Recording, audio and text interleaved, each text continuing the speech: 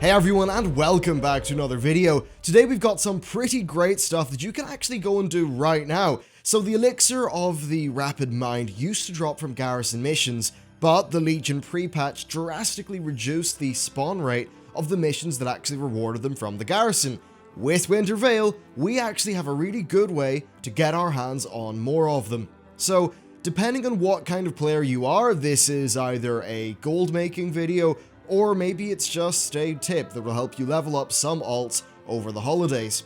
Now, as many of you know, I recently switched my main to the Horde on a new server. That means that moving my remaining characters would cost like north of £400.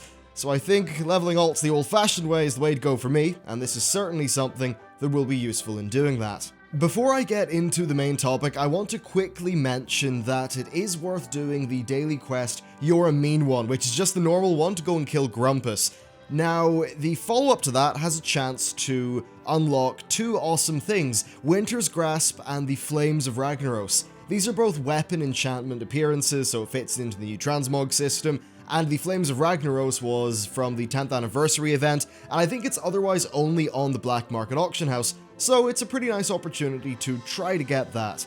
Anyway, let's get back to the Elixirs. What's all this stuff about? Well, in Warlords of Draenor, they added some new garrison content for Winter's Veil. Since we could get the Elixirs anyway, I don't think it really got that recognized last year, but of course now that they are a bit more rare, it's worth talking about. So there is a vendor, and then there are 4 quests, which are dailies, that you get with your level 3 garrison on Draenor. The quests are super simple and they take place in Frostfire Ridge, so just go to your garrison, do the quests. Doing them will net you 5 merry supplies. You then want to take these to the vendor in your garrison and purchase the Savage Gift item. This can contain the potion that you want, as well as a Medallion of the Legion and a Minion of Grumpus mount.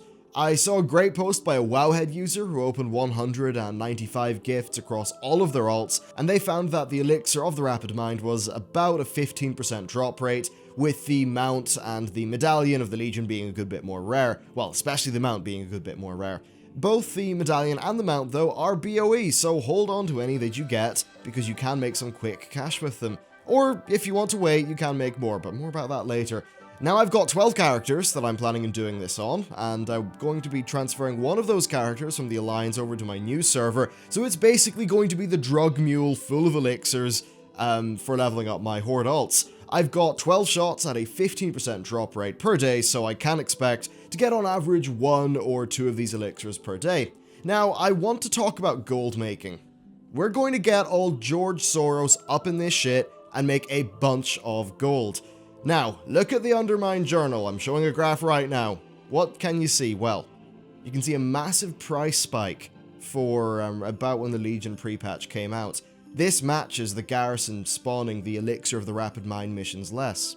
We then see a massive decrease around Winter's Veil when the price dropped because the supply increased due to what I'm covering in this video. Now, I don't have a problem with increasing that supply by notifying people via video because I think it's good for the game that people get these experience potions and get new alts. Anyway, once Winter's Veil is over, those prices are going to skyrocket, so what I personally recommend that you do is you stock up on elixirs, wait 4 months, sell them at a profit. Hell, wait until patch 7.2, and then, you know, when people want to level up alts for the new patch, dump your elixirs and they'll probably be like double, triple the price.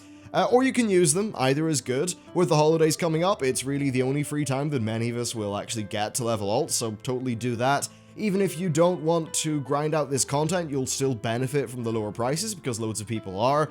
And you can also just buy up stock now to sell later without doing the daily quests. And, you know, farming it manually yourself. And of course that stuff applies to the Grumpus mount and the Medallion of the Legion. They'll be worth loads more in the future, so do hold on to them. Personally, I'm going to get enough elixirs to level a few characters over the holidays, and then I think I'm going to invest maybe 400,000 or 500,000 gold into stock of both the mount and the elixirs to see if I can maybe flip them around patch 7.2 for a tiny bit of gold. So there you go, a pretty simple video. You can get some alts, get some money. I think both of those are pretty damn good things. Okay, well, I hope you found that useful. If you did, thumbs up. If you didn't, thumbs down. And if you want to be subscribed to the channel, hit that subscribe button, and if you really want to get notifications, then click the bell. That will make YouTube actually do its job. And let's just round the video off with a few little bits of Q&A. So I've got a question from Darren, who said, have you done any of the Mythic Emerald Nightmare bosses? I want to know how much of the endgame you've seen. Pretty good question. Right now with Legion, it's actually not that good for me. I've completed Heroic Emerald Nightmare. I haven't actually got into Trial of Valor yet because my schedule's just been kind of busy with real life. And previously, I think the most hardcore-ish that I got was doing Heroic Throne of Thunder, and that was back when it was Throne of Thunder 10. Now, if you don't know about Throne of Thunder, like at least for the first few weeks of Throne of Thunder, it was way harder in 10, man. At least a few bosses near the start were.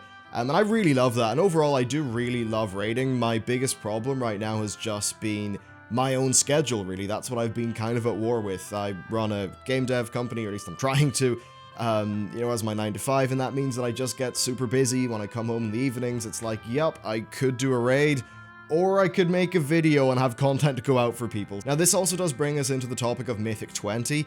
I was always a player who would be doing normal dungeons and then a little bit of Heroic. Now, of course, I'm talking about the pre-Warlords of Draenor system, where Heroic was the hardest difficulty in the game. This is before they made Mythic. So, in that period of time, we would be doing our 10-man normal raids, which is the equivalent of Heroic today, and then we would hop into Heroic every once in a while to do the odd boss. And that's something that I really enjoyed, because we kind of would get to pick and choose our battles and really dabble in this harder difficulty mode.